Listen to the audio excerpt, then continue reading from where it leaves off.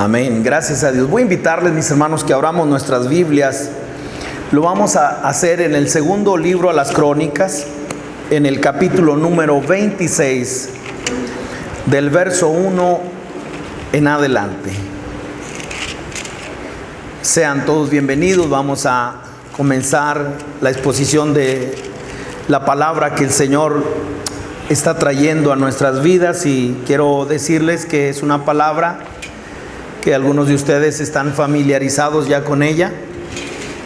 Es una palabra que es vital para la vida de una iglesia, de un creyente.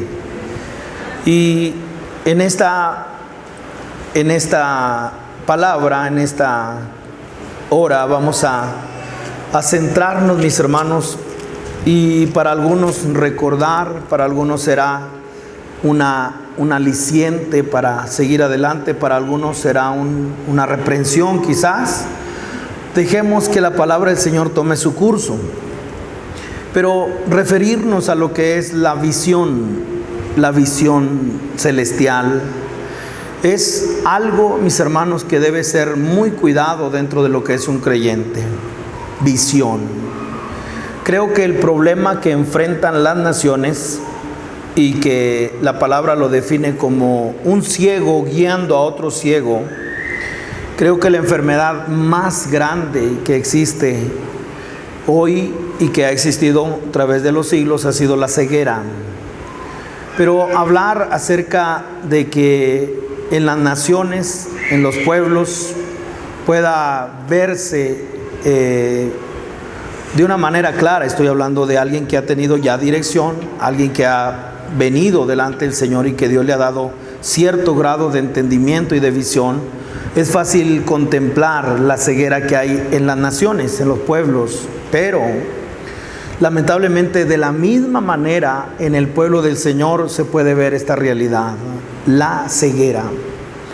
Y bueno, voy a invitarles que veamos aquí esta porción de las Escrituras, y es segunda a las Crónicas, capítulo 26,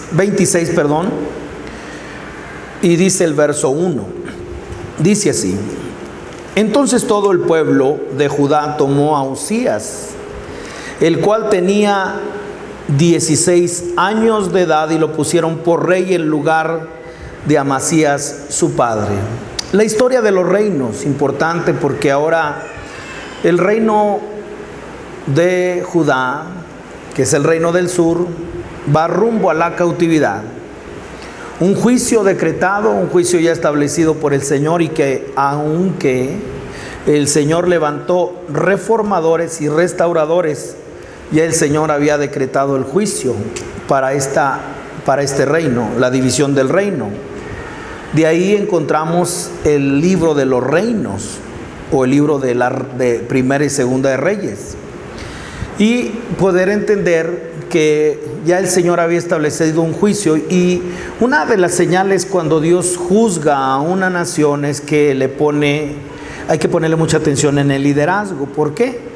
Porque como Dios enjuicia a una nación es dándole gobernantes jóvenes, muchachos, ¿sí?, que gobiernen. Eso lo encontramos en el profeta Isaías, y es una señal. Y aquí nosotros encontramos a Uzías, que fue el segundo que más gobernó, 52 años, pero empezó joven, a los 16 años gobernando, imaginen.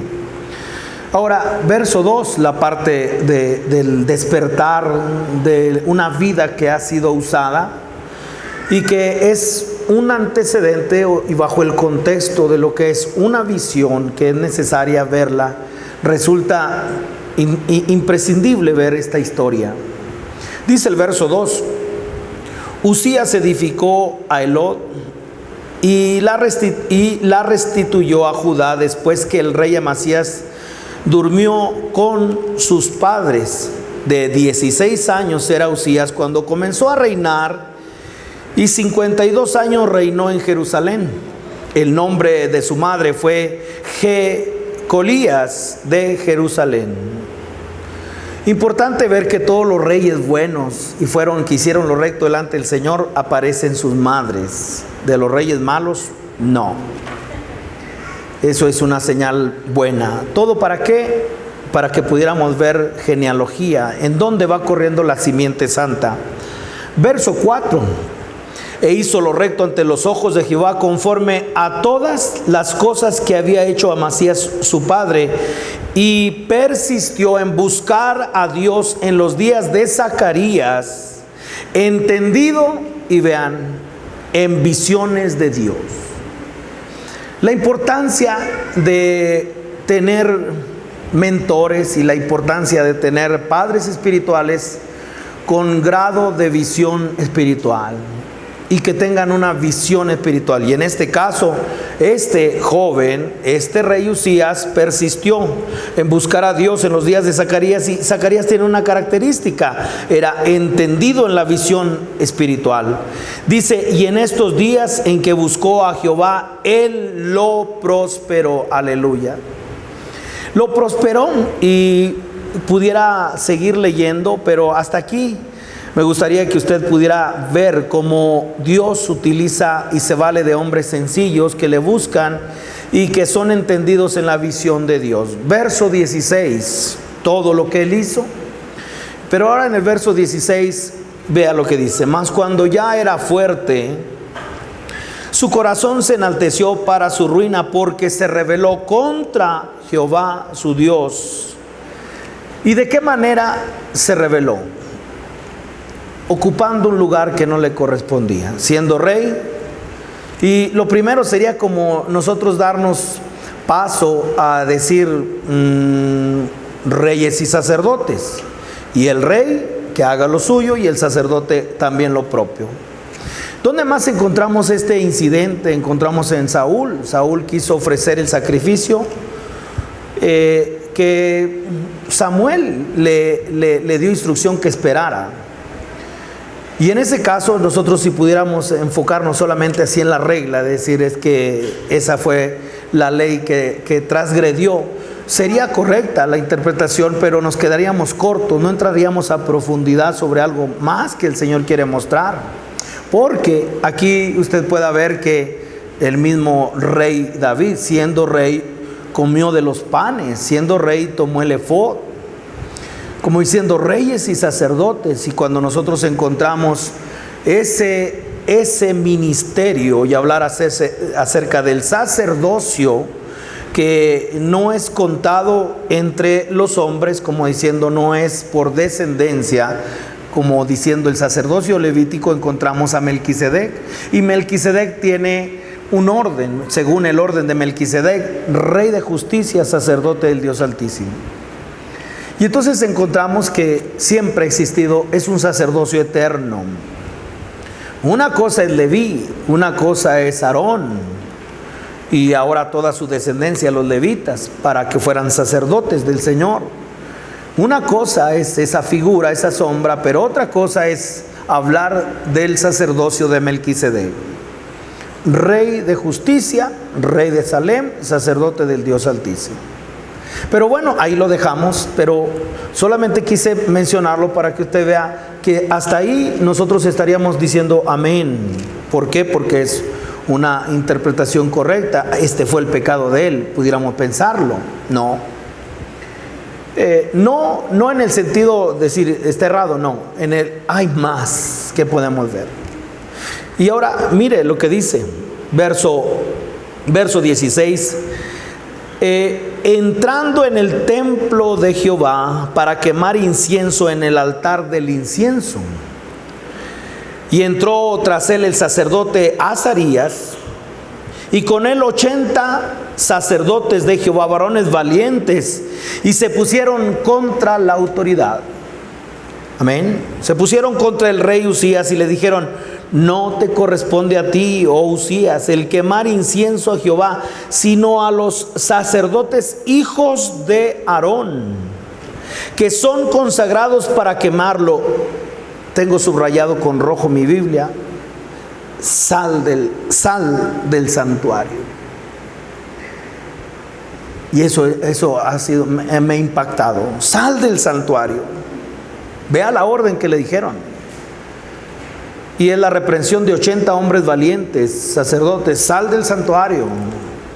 porque has prevaricado, y no te será para gloria delante de Jehová Dios.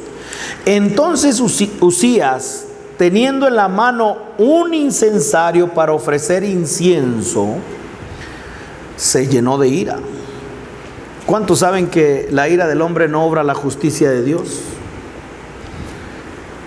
El que se enoja pierde, decimos nosotros. Pero este se llenó de ira, y en su ira, o sea, ya envuelto en este estado, envuelto sobre lo que es una parte que nos deja ver, y cuál es la raíz de la ira y del enojo. Cuando me están haciendo algo a mí, yo me enojo. Cuando es contra mí, entonces. Y entonces aquí ya encontramos, que lo voy a dejar así, una señal auténtica de lo que produce lepra. Y dice, se llenó de ira, dice, y en su ira contra los sacerdotes, la lepra le brotó en la frente, delante de los sacerdotes de la casa de Jehová, junto al altar del incienso. Había por lo menos 4 tipos de lepra, y en este caso es una llaga en la calva de un varón, pero que abarca no solamente la calva, sino la frente hacia adelante. Porque luego había casos en el cual era la parte de llenarse de lepra, blanco como la nieve, ¿verdad? Pero en este caso le brota la lepra, y nosotros encontramos que había leyes para la lepra. Ahorita vamos a ir ahí. Verso 20. Dice, verso 20, y le miró el sumo sacerdote Azarías y todos los sacerdotes, y aquí la lepra estaba en su frente, y le hicieron salir apresuradamente: sal del templo. ¿Cuál era la orden? Sal del santuario. Eso lo encontramos en el verso 18, sal del santuario. Pero en este caso, en el verso 20 nuevamente, dice que le hicieron salir apresuradamente de aquel lugar, y él también, aleluya, se dio prisa a salir, porque Jehová lo había herido.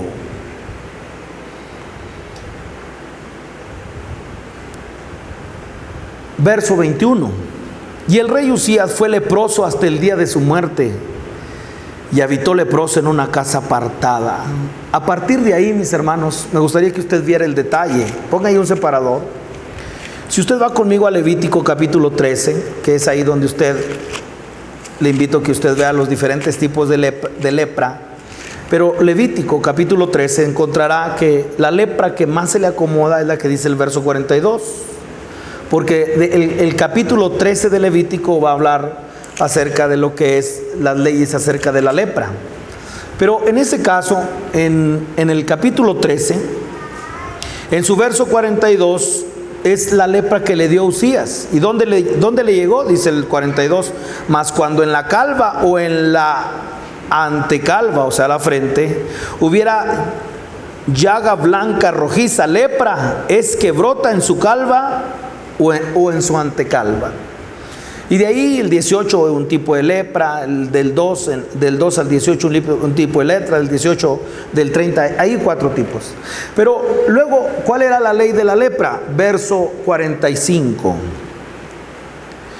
Y el leproso, en quien hubiere llaga, llevará vestidos rasgados, y esto vean, y su cabeza descubierta o despeinado, tendría que estar completamente despeinado, dice, y embozado pregonará: inmundo, inmundo. Es decir, un velo puesto en el labio superior. A partir de aquí, un velo puesto, labio. De tal manera, mis hermanos, que el velo puesto desde el labio superior cubriría la mitad del rostro. Y a partir de ahí, mis hermanos, nunca quitarse los vestidos rasgados, nunca andar despeinado, y cada vez con ese paño en los labios y decir: inmundo, inmundo. Qué manera y hay que sacarlo del campamento. Me puse a hacer una progresión de lo que era la lepra y encontré que también en el caso, ¿verdad?, del capítulo 5, verso 2 de los números, que no vamos a ir, tendrían que ser expulsados del campamento. Volvamos a las crónicas, ahí al capítulo 26. Volvamos allá y usted vea que ahora lo tienen que echar. Ahora ya tiene un paño que le cubre la mitad del rostro, está leproso. Y dice, verso 21, lo voy a volver a leer, dice: así el rey Usías fue leproso hasta el día de su muerte, y habitó leproso en una casa apartada, por lo cual fue excluido de la casa de Jehová. Sal del santuario. Le hicieron salir apresuradamente de aquel lugar, y él también se dio prisa a salir. Ahí está, muy bien. Dice, fue excluido de la casa de Jehová, y Jotam su hijo tuvo cargo de la casa real, gobernando el pueblo de la tierra. Los demás hechos de Usías, primeros y postreros, fueron escritos por el profeta Isaías, hijo de Amós. Y durmió Usías con sus padres, y lo sepultaron con sus padres, tengo subrayado, en el campo de los sepulcros reales. Es decir, sepultado en un campo cercano, no en el sepulcro de los reyes. Hasta de allí lo botaron, de una sepultura digna. Y entonces en un campo, leproso es, dice, porque dijeron leproso es, y reinó Jotam su hijo en el lugar suyo. Amén. Hay historias, mis hermanos, que nos impactan. Voy a dejar esto a un lado y le voy a contar una historia, otra vez, como lo dije, o como siempre lo digo. No es el hecho de no saber ética, y no es el punto de hacer escarnio, ultrajar a alguien. Pero yo tenía la edad, mis hermanos, de a lo mejor unos 12 años, más o menos, 10, 12 años. Mi papá se debe acordar, y llegó en aquel entonces al lugar donde nosotros nos reuníamos, una iglesia. Llegó un hombre, un pastor tremendo.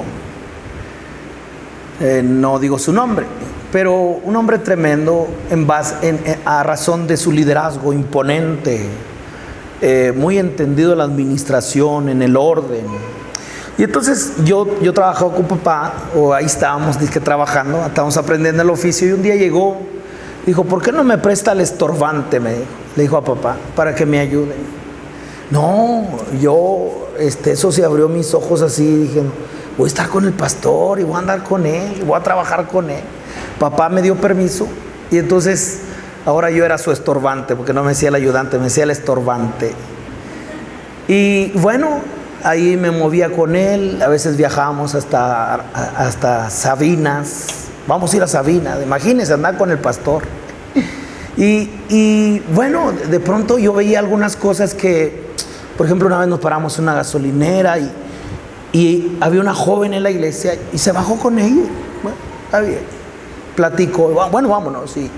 Y veía, ¿verdad? Fui creciendo, mis hermanos, y la verdad que a mí él me impactó en muchas cosas. Como un héroe, ¿verdad? Cayó en pecado.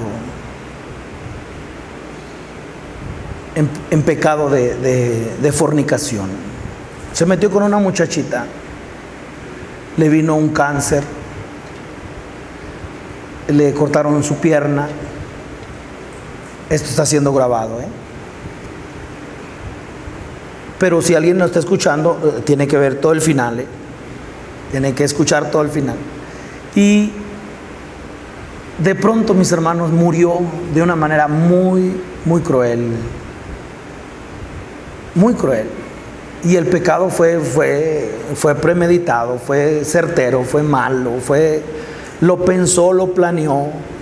A lo que voy es que es una historia, mis hermanos, que a mí me impactó. Nadie, en el caso mío, yo que usar el morbo a esa edad, o que nosotros estar viendo el hecho de juzgar. No.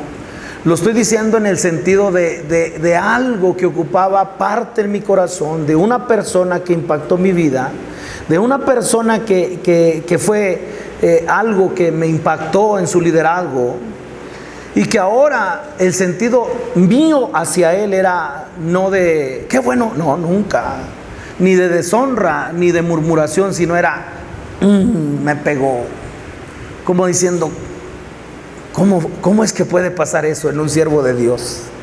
Esta historia la saben muchos.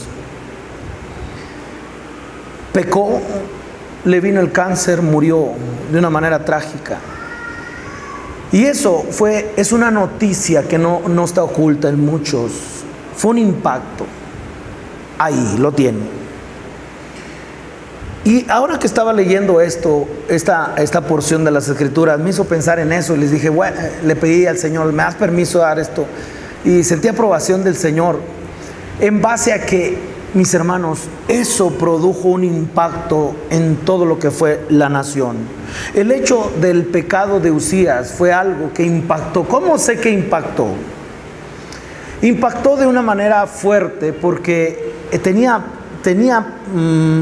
dirección. Dios lo prosperó. Resultó en varias reformas para la iglesia del Señor. Había muchos ojos puestos en este hombre. Reinó más de 50 años. ¿Y usted cree que iba a pasar desapercibida la vida de Uzías? ¿Usted cree que iba a pasar así como si nada? Que ahora el rey grande ahora use un paño y que diga, inmundo, inmundo. ¿Usted cree que eso quedaría así? ¿Y usted cree que la nación tendría un sentido de escarnio para decir, mira, este pobre, vamos a hacer leña de él? Nunca. Era un dolor. Y que causaba admiración y decir, leproso. Ese sentir, ¿dónde lo capto? Isaías capítulo 6. Vaya conmigo, Isaías capítulo 6. Hablar de la visión celestial, mis hermanos. Le quiero decir que cuando vemos al Señor, vemos santidad. Cuando nosotros vemos al Señor, vemos santidad. Y esto de la visión celestial tiene que ver primeramente, ¿cómo saber que alguien ve? ¿Cómo saber que alguien tiene visión espiritual? ¿Cómo saber si alguien tiene los ojos abiertos a la visión celestial? Mis hermanos, es una característica. Esto es como dar un diagnóstico, es decir, ¿cuántos de nosotros tenemos una visión? Que el Señor nos haya dado visión espiritual. ¿Cuántos de nosotros? Y para esto se necesita solamente ver una cosa. Se necesita ver que la evidencia de un hombre, de un creyente que tiene visión espiritual, entiende lo que es la santidad de Dios. Por consiguiente, se ve él y ve la condición del pueblo. Pero si usted ve conmigo, esta historia impresionante gira alrededor del tema de la visión celestial. Y cuando hablamos acerca de visión celestial, hablar de vi yo al Señor, entonces vea, todo gira alrededor de la visión. Por eso, el que alguien descuide su vista del Señor, cuando alguien deje de ver al Señor, viene juicio, viene muerte, viene, mi hermano, cuando nosotros vemos carne y sangre, cuando vemos horizontalmente me hizo, no, el Señor está obrando en mi vida. Aquí nadie me ha hecho nada, el Señor está tratando con mi vida. Y cuando alguien no pierde esa visión, mis hermanos, siempre irá sobre un camino de lo que tiene que ver santidad. Y entonces el asombro de los que han caído, nunca mal le fue, ¿verdad? Nunca pasa en nuestras vidas. Isaías capítulo 6. Pero el profeta Isaías estuvo de cerca con este rey.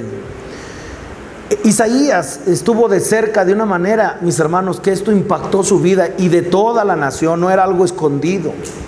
Por eso, de todos los que saben la historia del que fue el pastor de nosotros, mío, ¿verdad? En la niñez, y que cayó, esto es lo que puede seguir viendo. ¿Por qué? Porque esto es lo que yo puedo ver. Mis hermanos, ¿qué admiración podemos tener para aquellos que han caído?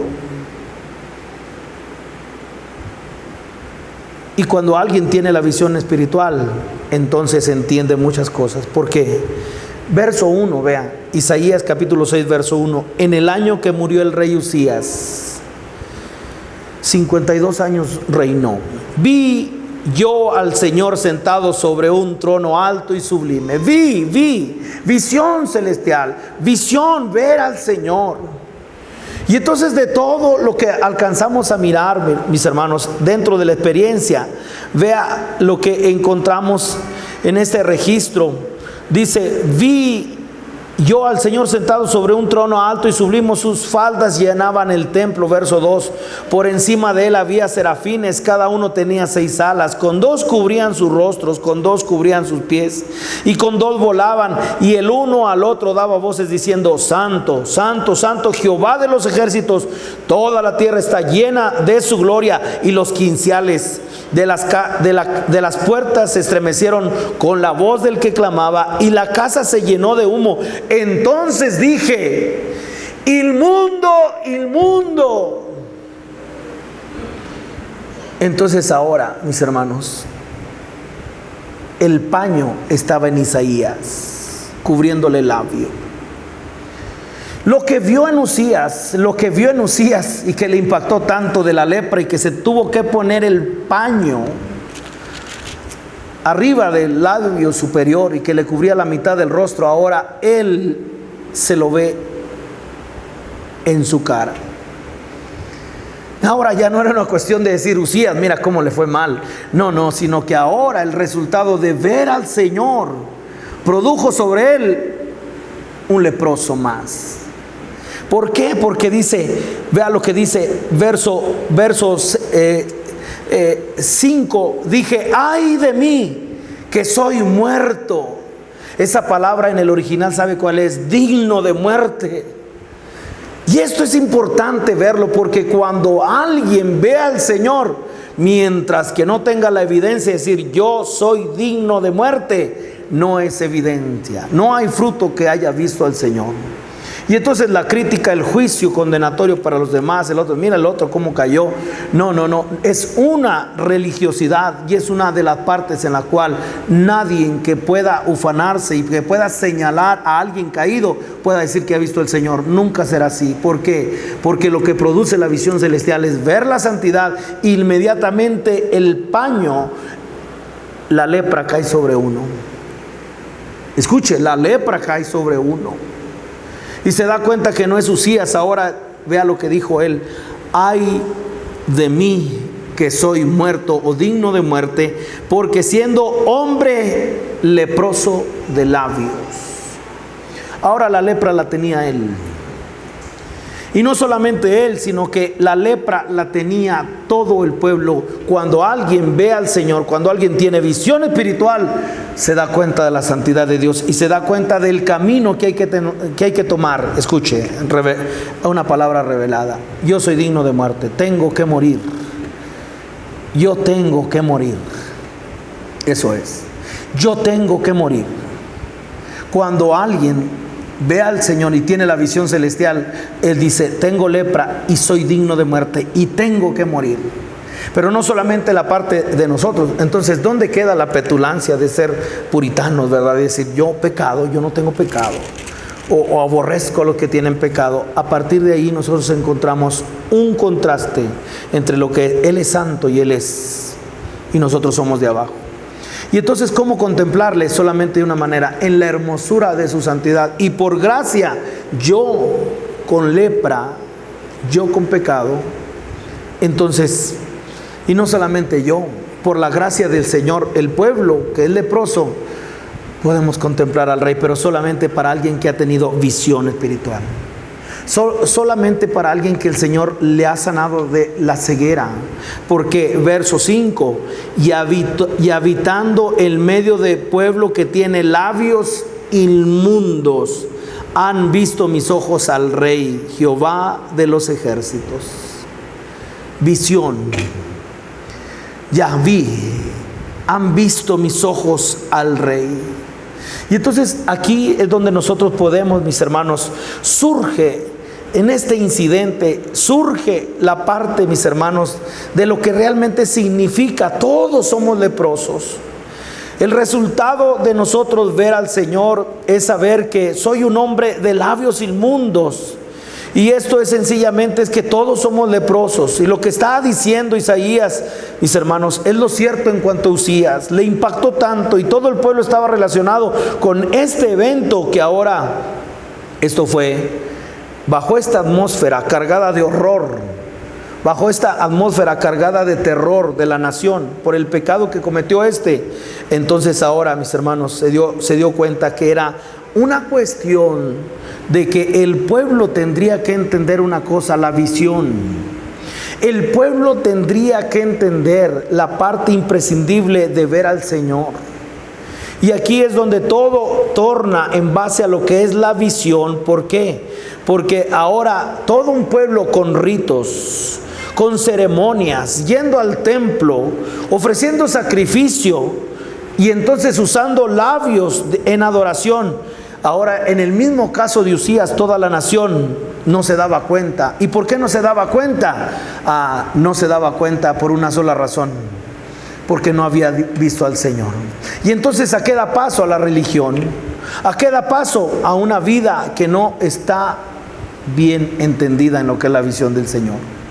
¿Por qué? Porque aquí usted puede ver la realidad, mis hermanos, que nosotros podemos ver hasta más adelante, ¿verdad? Porque cuando nosotros vemos, mis ojos han visto al Rey, Jehová de los ejércitos, vi al alto y sublime. Esto era algo impresionante, que ya el profeta Isaías estaba entendiendo una cosa: todo el pueblo necesita tener la visión de Dios para que entienda el mal que tiene. Sin ver al Señor, nadie podrá darse cuenta de esta verdad. Nadie podrá descubrir la lepra que hay en nosotros si no ve al Señor. La importancia de la visión, la importancia de buscar al Señor, la importancia, mis hermanos, de lo que necesitamos hoy cada uno de nosotros ver y decir: Señor, yo necesito de ti.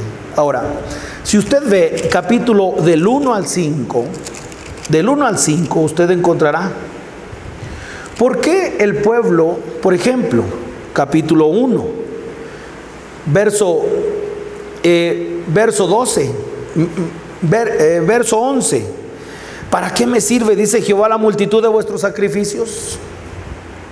Le estaba diciendo al pueblo, y vea cómo Isaías tampoco lo entendía. O sea, iban al templo, ofrecían sacrificios, tenían ceremonias, pero ahora el Señor hastiado por eso. ¿Por qué? Porque podremos tener formas, podremos tener ritos, pero si alguien no ha visto al Señor, mis hermanos, esa ofrenda no la recibe el Señor. Y de aquí nosotros podemos por lo menos, nomás vea el calibre de este hombre, que si nosotros lo podemos hasta el capítulo 6, ¿cuántas profecías él ya ha recibido?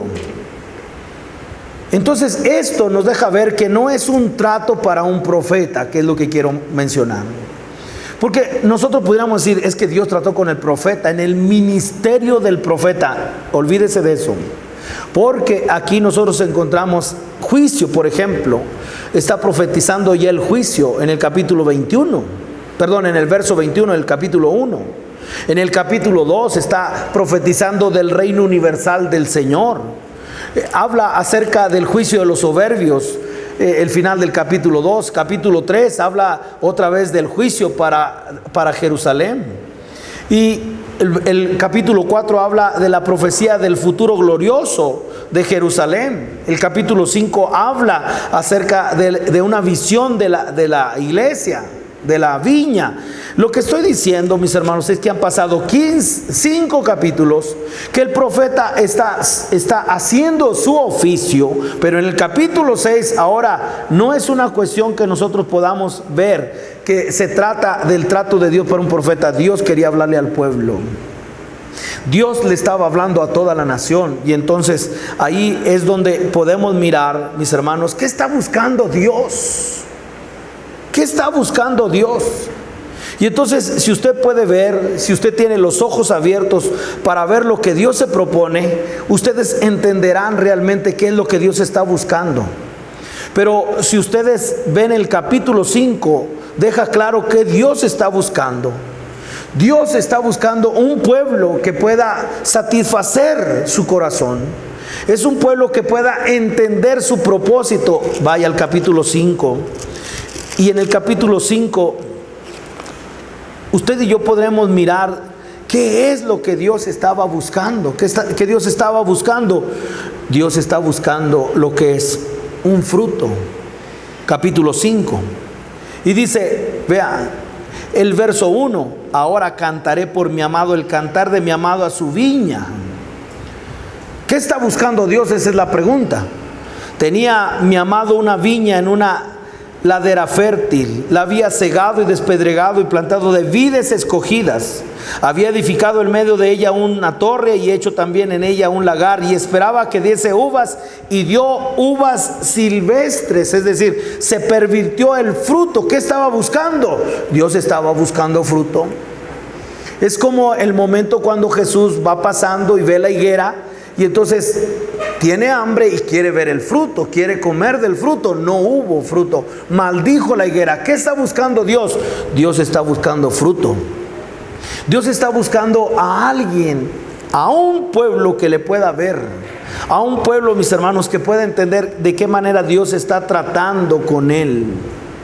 Porque ¿qué está buscando? Vea, Dios está buscando algo que se llama remanente.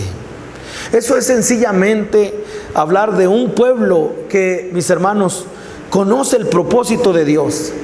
Pero ¿cómo lo conocerá? Tiene que tener un encuentro con la visión. Tiene que ver al Señor. Si usted ve que remanente es una palabra necesaria, porque ¿dónde encontramos el remanente? Capítulo 6. Capítulo 6. Es necesario que nosotros podamos ver desde el verso número 8. Después de ver al Señor, un principio que encontramos, que cuando alguien tiene visión, tiene palabra o escucha la voz de Dios. Pero capítulo 6, verso 8 dice: después oí la voz del Señor que decía: ¿a quién enviaré y quién irá por nosotros? Entonces respondí yo: heme aquí, envíame a mí. Y el verso 9 me resulta un verso muy significativo para lo que estoy hoy compartiendo. Porque cuando nosotros encontramos, ¿qué es lo que Dios está buscando? ¿Un profeta? Dios está buscando un remanente. Dios está buscando un ministerio. Lo que va a permanecer para siempre es su palabra. Un ministerio no permanecerá para siempre. Ni el ministerio, escuche, va a permanecer para siempre, como para dar la vida sobre un ministerio y creer que Dios se manifiesta a Isaías por su ministerio profético. No. Dios que está buscando un remanente. Dios está buscando el fruto en ese remanente. Y cuando nosotros vemos, vea, ¿dónde encontramos remanente? Aquí.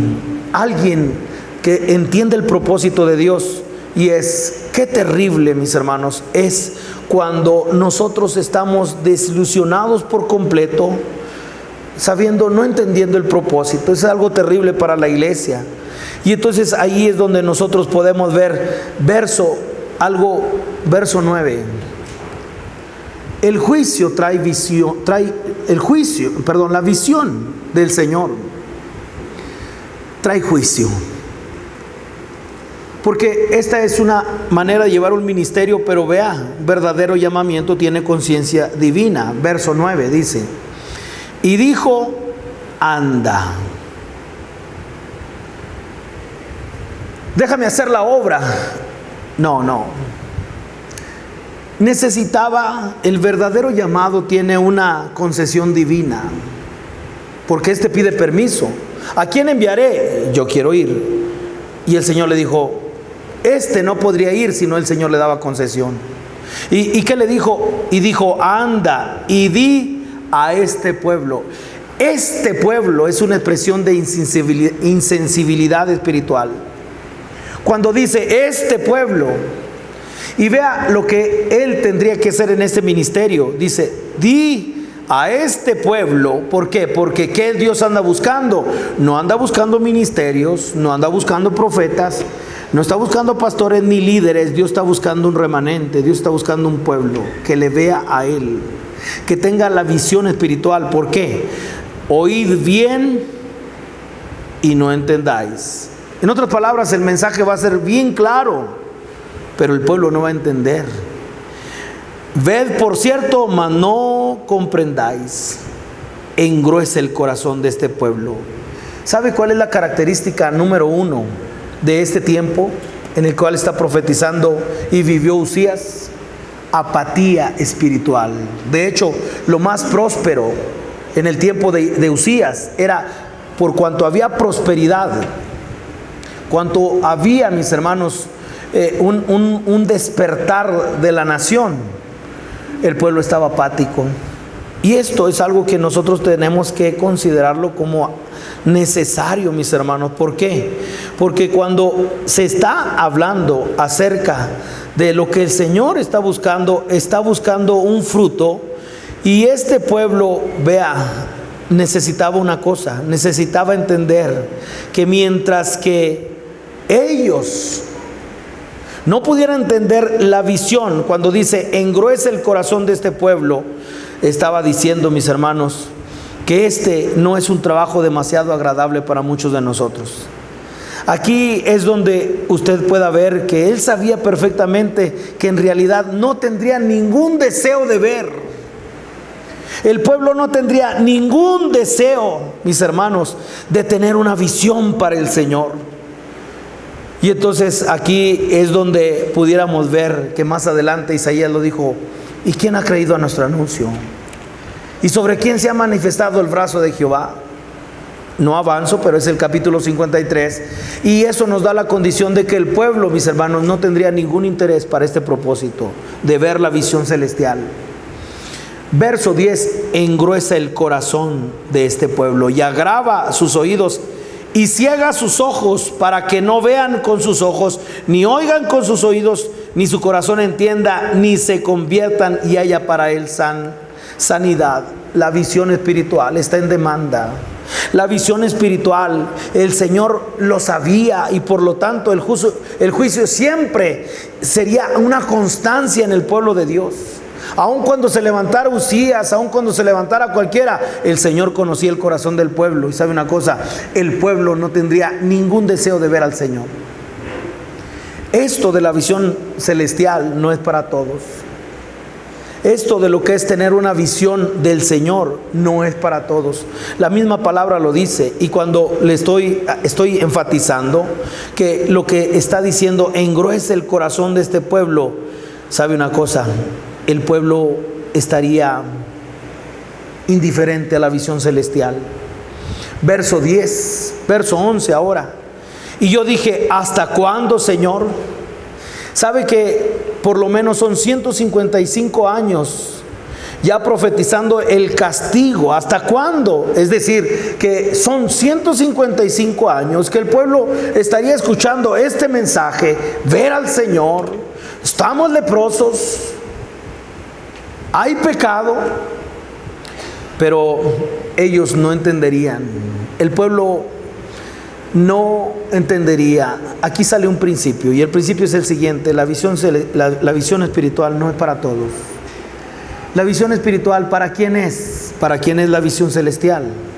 ¿Por qué no todos tendrán el milagro sobrenatural de lo que es la sanidad de la ceguera? ¿Por qué? Porque solamente es para un remanente. Y vea, sigo leyendo el verso 11. ¿Hasta cuándo, Señor? Y respondió él: hasta que las ciudades estén asoladas y sin morador, y no haya hombre en las casas, y la tierra esté hecha un desierto. El cautiverio es la recompensa a la insensibilidad. El cautiverio es la recompensa para la falta de ver al Señor. Verso 12: hasta que Jehová haya echado lejos a los hombres y multiplicado los lugares abandonados en medio de la tierra. Verso 13. ¿Qué está buscando Dios? ¿Qué está buscando Dios? Está buscando fruto. ¿En dónde? En su remanente. Un remanente que vea al Señor. ¿Por qué? Verso 13. Y si quedare aún en ella la 10ª parte, esta volverá a ser destruida. Pero como el roble y la encina, al ser cortados, aún queda el tronco. Así será el tronco. ¿Qué? Y eso es Cristo en la iglesia. Una iglesia que ve al Señor. Un remanente que ve al Señor y que tiene visión espiritual. Esa es la gran demanda. El precio de la visión es muy fuerte. El precio de la visión, Isaías, mis hermanos, habría de ser un hombre crucificado para llevar a cabo un ministerio así. Usías, mis hermanos, ocupó una posición que no le correspondía. Se quedó leproso, se manifestó la lepra, y ahora poder ver, mis hermanos, cuando alguien pierde la capacidad de ver, estamos hablando es una muerte espiritual. Cuando alguien pierde la capacidad de ver, pierde la visión espiritual. ¿Y qué estamos hablando? Vida espiritual. Vida espiritual. ¿Sabe una cosa que he entendido? Y esto me ha hecho temblar. El conocimiento nunca irá delante de lo que es la vida espiritual. Nunca, nunca.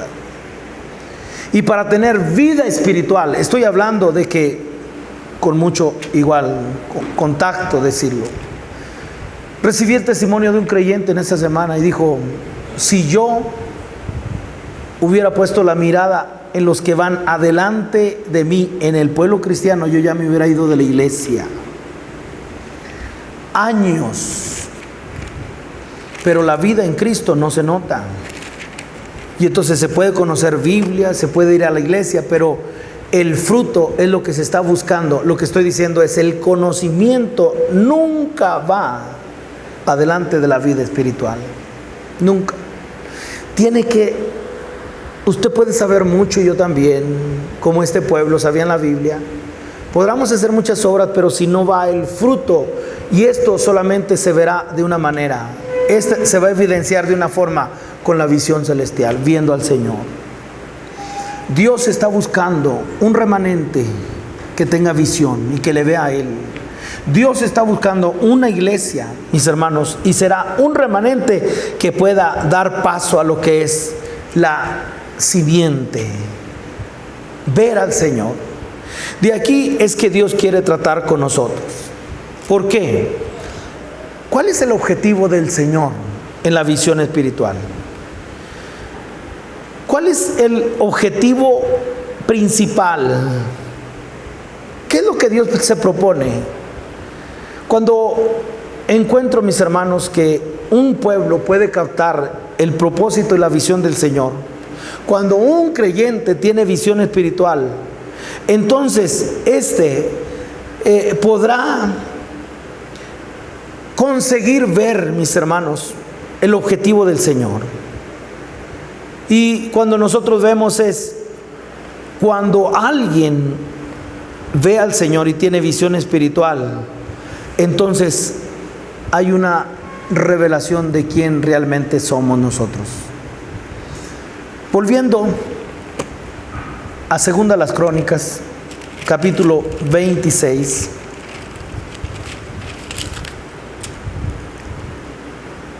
¿Qué fue lo que le pasó a Usías?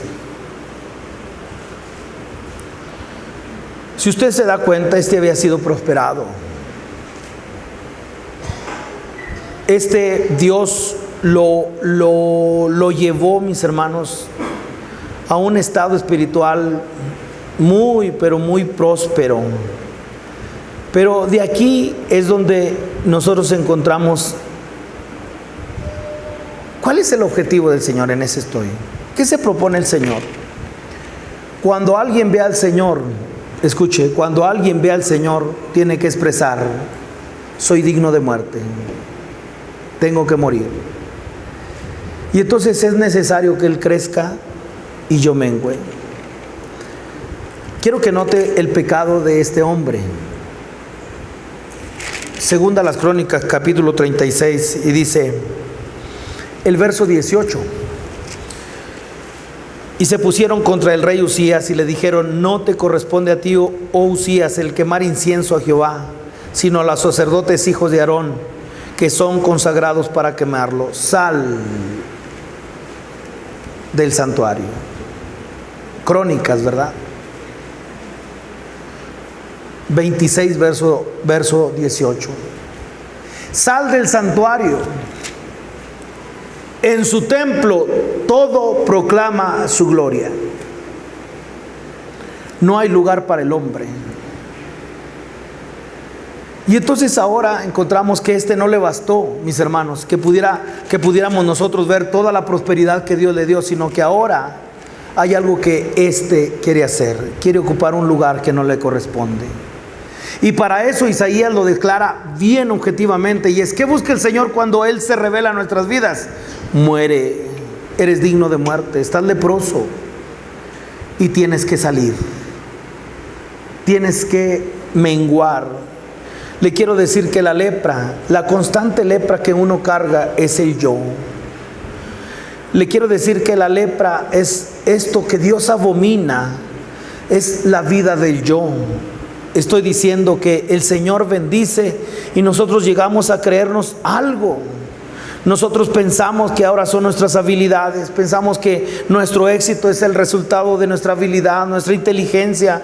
Pensamos que la manera como Dios nos ha bendecido, mis hermanos, pensamos que es por algo que nosotros hicimos, y entonces en ese momento nos estamos apartando de la gracia del Señor. Y cuando alguien trata en lo profundo, le quiero decir que va a germinar la lepra que hay en todos nosotros, la vida del yo. Y entonces aquí nosotros podemos ver cómo Uzías interfiere en las cosas santas, como ahora querer hacer las cosas santas con su propia energía, con su propia fuerza, con una autoafirmación, con una autosuficiencia. Y quiero decirle que en todo esto es la raíz del yo, y para eso hay algo que el Señor va a hacer en su pueblo. Sal. Tienes que ser expulsado. Sal apresuradamente de aquel lugar. El objetivo del Señor es que nadie ocupe el lugar que Él debe tener en su templo. Y véalo, aplicaciones del templo, la iglesia del Señor. No hay lugar para el hombre que ocupe y que ministre dentro de lo que es el templo. Pero ahora vamos más personalizado, más avanzando en lo que es, somos el templo de Dios. Yo soy el templo de Dios. Nadie puede llenar este templo más que el Señor. Y la orden es sal. Y para eso se requiere que alguien esté objetivo en lo que es la visión. ¿Qué quiere Dios hacer? Quiere engrandecer su nombre. Lo que el Señor quiere hacer es tomar el lugar de su señorío. Tiene que ser manifestado en todo lugar. Y entonces el hombre en sus habilidades tiene que morir. El hombre en todo lo que es su prosperidad, su orgullo espiritual, todo lo que Uzías pudo hacer, y que ahora no le bastó esto, sino que va sobre las cosas santas bajo su propia energía. Ahí es donde nosotros podemos ver Uzías era sacado de este lugar. Dios conceda sobre nosotros esta capacidad. Vaya conmigo. ¿Y de qué manera podemos encontrar la visión espiritual dentro de lo que es el ministerio? Con eso termino. Y la porción que encontramos en 2 a los Corintios,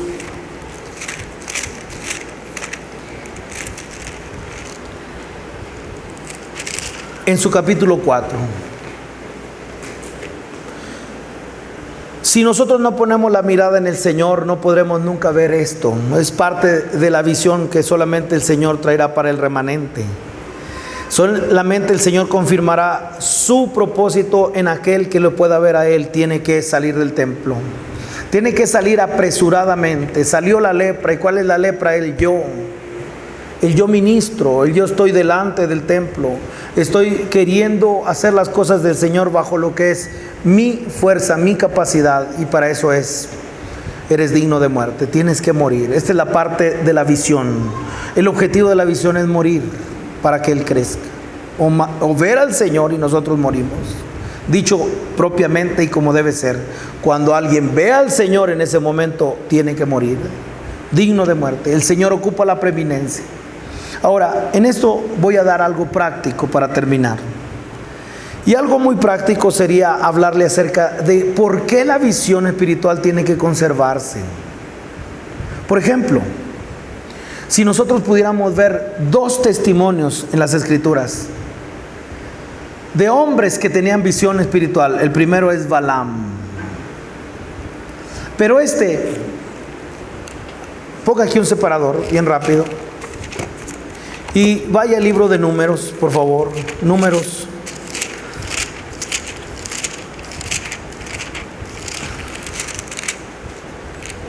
Capítulo 24. ¿Por qué la iglesia tiene que guardar la visión espiritual? Porque el testimonio, mis hermanos, es que cuando alguien pierde la visión espiritual, escuche, pierde la vida espiritual. Fue lo que hace un rato le dije. No puede ir adelante el conocimiento de la vida espiritual. Y ahora pudiera decirles, cuando alguien pierde la capacidad de ver al Señor, pierde su vida espiritual. En ese momento le voy a dar una fotografía de lo que el Señor dirá. Le voy a dar una fotografía de cómo el Señor verá a alguien que descuida la visión. Y yo ayer daba un testimonio, les decía, qué desagradable, a lo mejor algunos ya se pusieron, pero los que ya estamos usando esto es cargar con un lente, cargar con los anteojos, ¿verdad? A todos lados. Bueno, pero imagínense todos los que usamos esto, que por un momento fuéramos sanados de nuestra vista. No necesito estar ¿dónde quedaron los lentes? Pero entonces, ¿por qué se hace imprescindible usar uno? Porque si tú me quitas esto, me quitas la vida. Si tú me quitas esto, ya no puedo hacer nada. Estoy tratando de ilustrar la importancia de la visión espiritual. Y cómo cuando alguien, mis hermanos, pierde la visión espiritual, pierde su vida espiritual.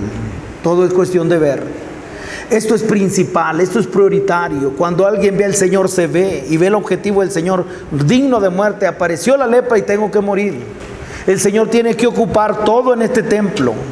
El Señor tiene que llenar todo en su iglesia. Pero ahora vea, un hombre que perdió la visión. Números capítulo 24 y dice el verso 1, cuando vio Balaam, 24:1, que parecía bien a Jehová que él bendijese a Israel, no fue como la primera y segunda vez en busca de agüero, sino que puso su rostro hacia el desierto y alzando sus ojos vio a Israel alojado por sus tribus. Y el Espíritu de Dios vino sobre él. Entonces tomó su parábola y dijo, vea, ¿a quién va a hablar? Dijo Balaam, hijo de Beor, y dijo el varón de ojos abiertos, dijo el que oyó los dichos de Dios, el que vio la visión del Omnipotente, caído pero abiertos los ojos. Un hombre que ve al Señor, un hombre con una visión espiritual. Y sabe que el privilegio se le dio, si usted va hasta el verso 17, profetizar de la venida del Señor Jesús. Lo veré, mas no ahora, lo miraré, mas no de cerca. Saldrá estrella de Jacob y se levantará cetro de Israel. Hasta ahí la visión del Mesías, cuyo nacimiento se manifestaría por la estrella en el oriente. ¿Quién lo profetizó? Este hombre Balaam. Perdió la visión. ¿Y qué le hizo perder la visión? Ganancias. Que ahora lo encontramos en Apocalipsis, una iglesia reprendida porque tenía la doctrina de Balaam. Perdió la visión.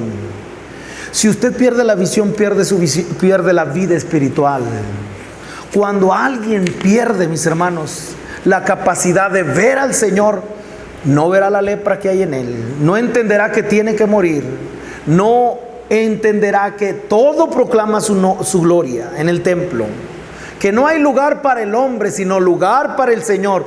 Esa es la visión. Ahora, le dije que eran dos.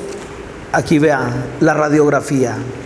¿Cómo lograr esto? Apocalipsis capítulo 3. ¿Cómo lograr, mis hermanos, esto? Si alguien lo quisiera intentar o lograr, que el Señor le diga de esta manera, yo le invito a que usted considere. ¿Por qué? Porque vea el efecto de la pérdida espiritual. Estamos entonces ahora bajo una palabra que tiene que ver con perder la visión espiritual, es perder el carácter sobrenatural de la vida espiritual.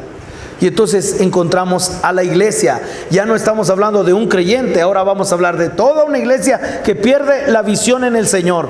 ¿Sabe cuál es?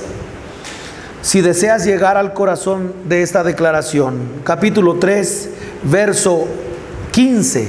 Si alguien quiere llegar al meollo de esta declaración del 3:15 de Apocalipsis: yo conozco tus obras, que ni eres frío ni caliente, ojalá fueses frío o caliente. Verso 16. Pero cuanto eres tibio y no frío ni caliente, y ese es, te vomitaré de mi boca. ¿Qué provoca que el Señor puede decir te voy a vomitar? ¿Qué provoca, mis hermanos? ¿Qué hay detrás de todo esto? ¿Sabe qué lo explica? Alguien que perdió la visión espiritual. ¿Y cómo lo encuentro? ¿O cómo lo encontramos? Verso 17. Porque tú dices: yo soy rico y me he enriquecido y de ninguna cosa tengo necesidad, y no sabes que tú eres un desventurado, miserable, pobre, ciego y desnudo. Y ahora vea dónde está el énfasis. Verso 18, la última parte: unge tus ojos con colirio para que veas. Y entonces ahora el reto. ¿Y cuál es el reto? Solamente los vencedores. Otra vez, Dios está buscando un remanente. Si usted lo ve, verso 19: yo reprendo y castigo a todos los que amo. Sé pues celoso y arrepiéntete. He aquí, yo estoy a la puerta y llamo. Si alguno oye mi voz y abre la puerta, entraré a él, cenaré con él y él conmigo. Al que venciere. Y habla acerca de los vencedores. ¿Quiénes son los vencedores? Los que no pierden la visión espiritual. ¿Quiénes son los vencedores? Los vencedores, mis hermanos, son aquellos que el Señor les dice: al que venciere le daré que se siente conmigo en mi trono. Estoy diciendo que haber descendido, mis hermanos, a una visión terrenal y haber perdido el carácter espiritual, eso trae como resultado perder la vida en Cristo, perder la vida espiritual. Termino. Segunda a los Corintios, capítulo 3. La necesidad en este tiempo.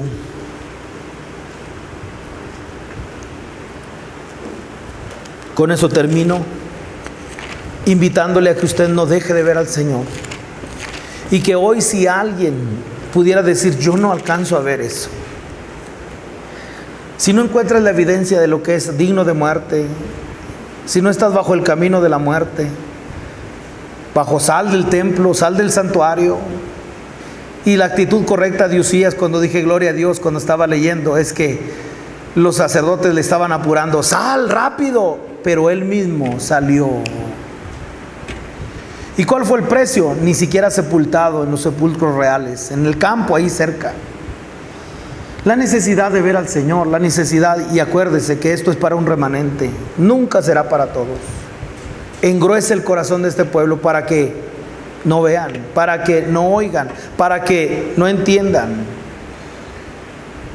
Es lamentable la pérdida que hoy hay de visión en la iglesia del Señor, pero gracias a Dios que Él tiene un remanente. Ahora termino la parte práctica. Ministerio. ¿Cuál ministerio ustedes tienen, mis hermanos? Mi hermano, ¿cuál ministerio tienes tú?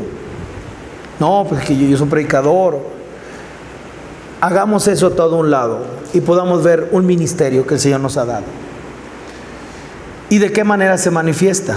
Capítulo 3, le dije 4, pero voy a leer el 3 en su verso 14. Pero el entendimiento de ellos se embotó, porque hasta el día de hoy, cuando leen el antiguo pacto, les queda el mismo velo no descubierto, el cual por Cristo es quitado. Hay un velo, no nos permite ver. Esto bajo el antiguo pacto fue diseñado por el Señor. Gloria a Dios. ¿Por qué? Porque esto no nos permite ver. ¿Y por qué? Porque era algo pasajero. Era algo que tenía que ser abolido, el primer pacto. Verso 15. Y aún hasta el día de hoy, cuando se lee a Moisés, el velo está puesto sobre, ¿dónde? El corazón de ellos. Pero cuando se conviertan al Señor, el velo se quitará. ¿Por qué quitar un velo? Primero, a lo mejor sería porque ya no hay lepra, ya no hay paño, para decir inmundo, pero eso no sería propio de nosotros. ¿Por qué? Vendido al pecado. Y mientras estemos aquí, nosotros encontramos una naturaleza caída. Pero tenemos un ministerio. ¿Cuál es el ministerio? Predicar. ¿Cuál es el ministerio? Ser profeta, apóstol. ¿Cuál es el ministerio? El ministerio es uno. El ministerio, cuando es entendido sobre la parte de que me convierto en un instrumento para que otros vean. ¿Pero qué tienen que ver? Ver al Señor. Y para eso se tiene que rasgar el velo, porque ahora sí, esto sí lo puedes ver.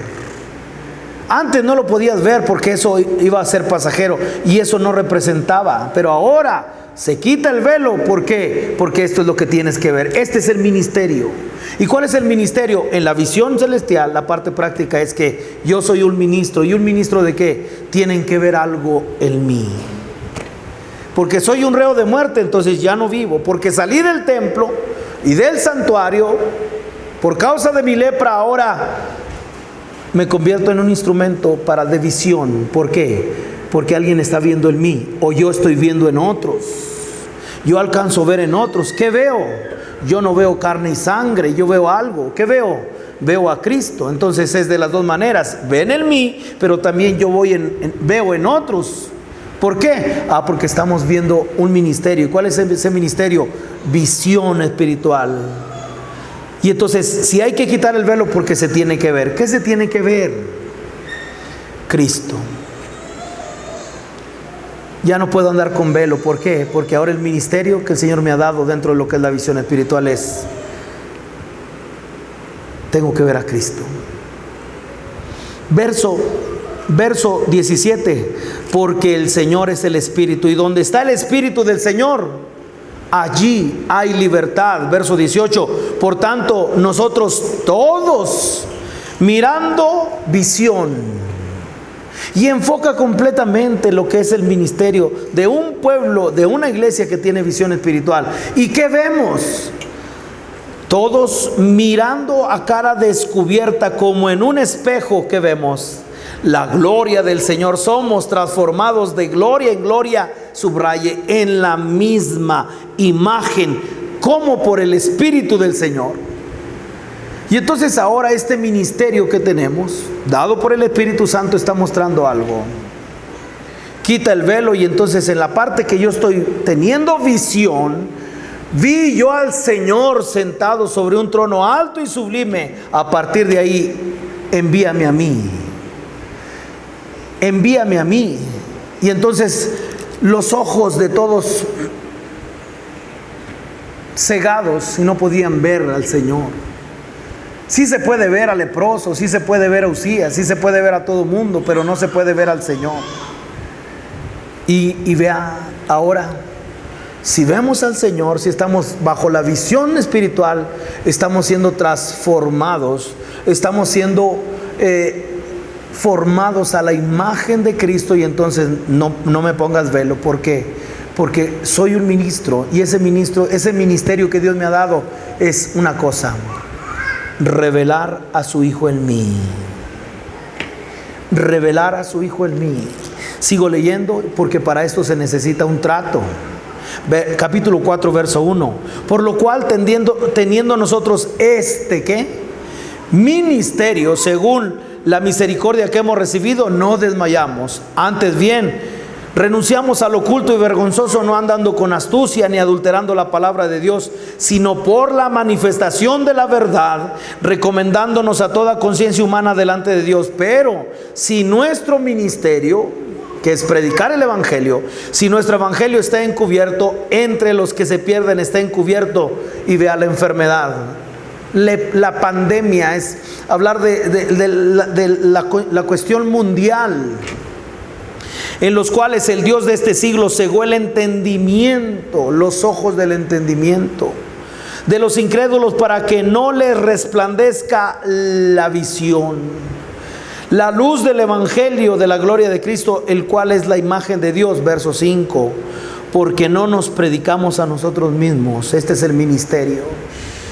Vamos a predicar, tocar las casas, tranquilo. Aquí está el ministerio. ¿Y cuál es el ministerio? Visión.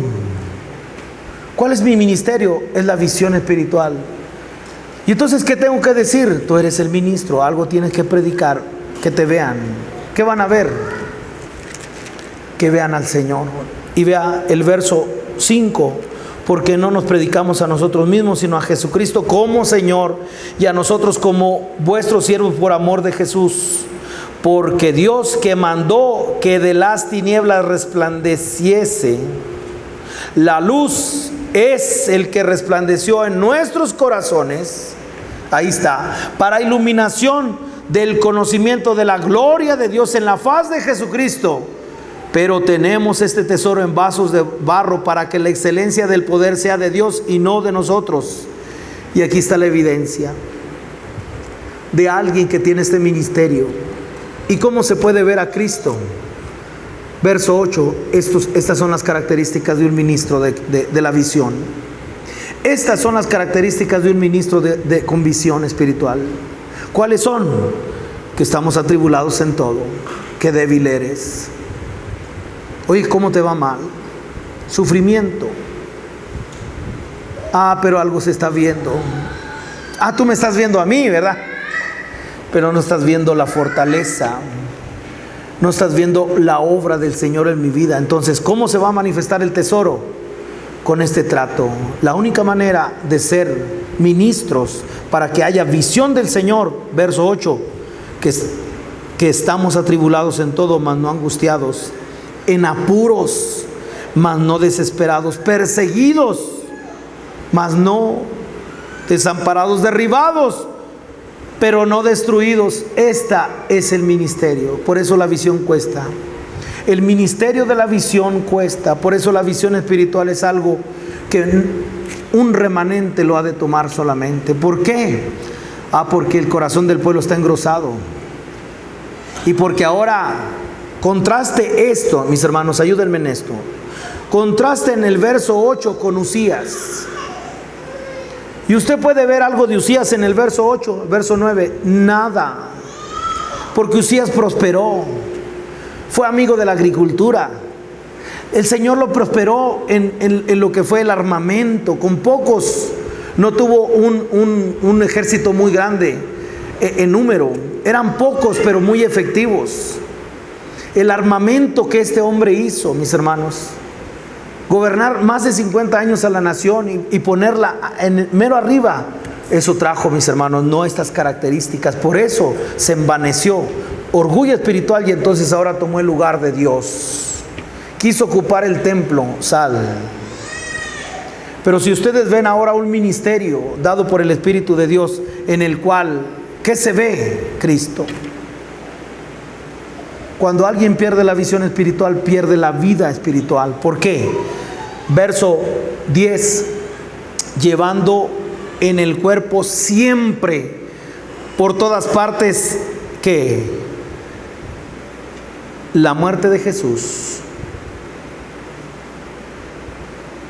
Ay de mí que soy hombre muerto o digno de muerte. Llevando por todas partes la muerte de Jesús, para que también, y vea, la vida de Jesús se manifieste en nuestros cuerpos. Porque nosotros que vivimos siempre estamos entregados a muerte por causa de Jesús, para que también, esto es el ministerio. Olvídese ahorita por lo pronto, olvídese de toda aspiración ministerial que tenga que ver con posición. Y usted pueda decir, no, es que esta es una palabra para pastores. Nunca, mis hermanos. Es una palabra para la iglesia, y ahora soy un ministro. ¿Y qué tiene que ver? Estoy manifestando. No hay velo porque se está manifestando. Algo tienen que ver. ¿Y qué es lo que tienen que ver? Aquello que tiene gloria. ¿Qué es aquello que tiene señorío y tiene realeza y tiene valor? El tesoro, Cristo. Y ahora me convierto en un ministro. De una manera práctica, ahora, si pudiera acompañarme, nada más un verso. Gálatas. Con ese terminamos. Les invito que oremos. Pero la primera epístola que escribió Pablo, la primerita, y que nos hace ver el sentido del cristianismo y de la apreciación de la iglesia primitiva en su valor, esto fue lo que Pablo entendió. Gálatas 1:17. Perdóneme, es el 15. Pero cuando agradó a Dios, que me apartó desde el vientre de mi madre y me llamó por su gracia. ¿Ustedes les ha llamado el Señor? Gálatas 1:15, les ha llamado el Señor. ¿Para qué te llamó? Verso 16. Este es el llamado por excelencia. 16, ¿cuál es el llamado? Revelar a su Hijo en mí. Visión espiritual. Por eso a Pablo se le dijo, para que abra sus ojos y se conviertan de las tinieblas a la luz. Este ministerio se trata de una cosa: me convierto en un ministro. Y en la vida diaria y en la vida, mis hermanos, al día, se ve algo, visión celestial. Se está viendo a Cristo. No se ve hombre, se ve a Cristo. Y por cuanto vi a Cristo, entendí mi lepra y tuve que morir. Pero alguien tuvo que levantarse, Cristo. Visión espiritual. Les invito a que en una palabra de oración terminemos.